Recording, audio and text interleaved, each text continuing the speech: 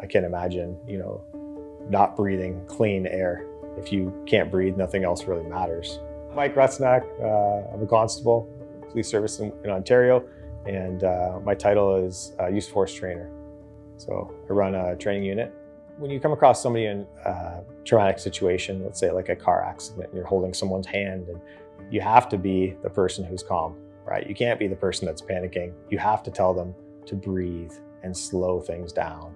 What it does, it'll slow down everything for them. It'll slow down their negative thoughts, and by breathing, it slows down their heart rate. So if they are actually bleeding or have an injury, it's going to really help them out. Clean air is very important. I mean, you can imagine the things that we're breathing on a daily basis. Even when you walk down the street, sometimes you're breathing in maybe diesel fumes, that type of thing, or smoke. I can't imagine, not breathing clean air. Or in my line of work, when like I said, you're going into a basement and it's moldy and mildew and no one cares about it. It's been moldy and kind of gross for a long time, right? Or you're going into a place where they have biological waste and needles and feces in the air and possibly fentanyl, that type of thing. It's very important to breathe clean air in those situations. There's some really nasty smells and odors and places you've been in, and you just have to suck it up. I don't want to get into too gross details, but you can only imagine. You're just in it, and everyone around you is helping out with, like, say, a crime scene, and you're smelling it, whether it's like the iron you smell from blood on the floor or a decaying body.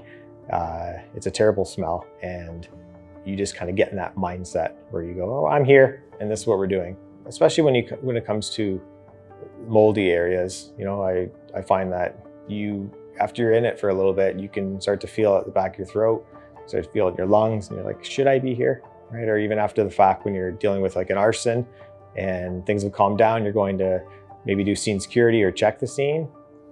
You definitely, like, I don't think I should be smelling or breathing this dirty air in for this prolonged amount of time.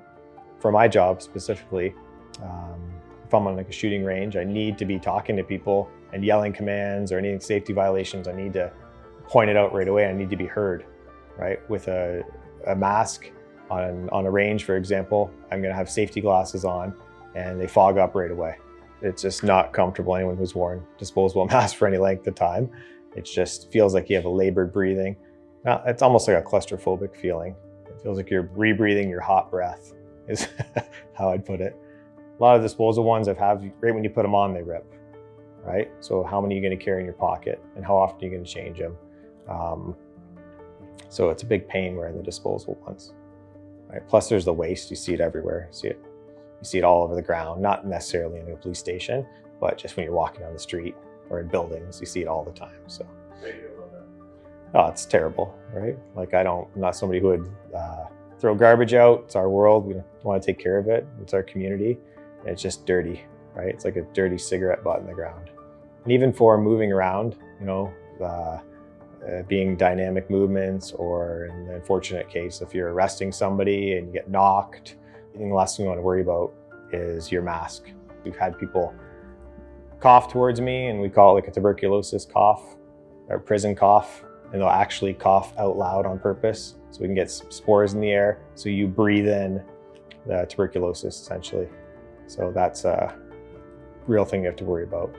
Coming home knowing that my respiratory health is protected and that I haven't brought something home to my family or unintentionally made myself sick. And it might not be an acute sickness, it might be over time, like a chronic sickness that you develop from the environments you're in. It means everything. It means I can run and play with my kids, I can throw a ball, I can go for bike rides or nature walks.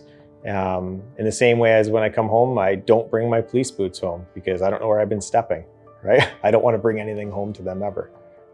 Rarely do you find a police officer that's going to bring home their uniform or anything that they're wearing. We leave it at the station, and I want to leave respiratory issues at my work and not bring them home.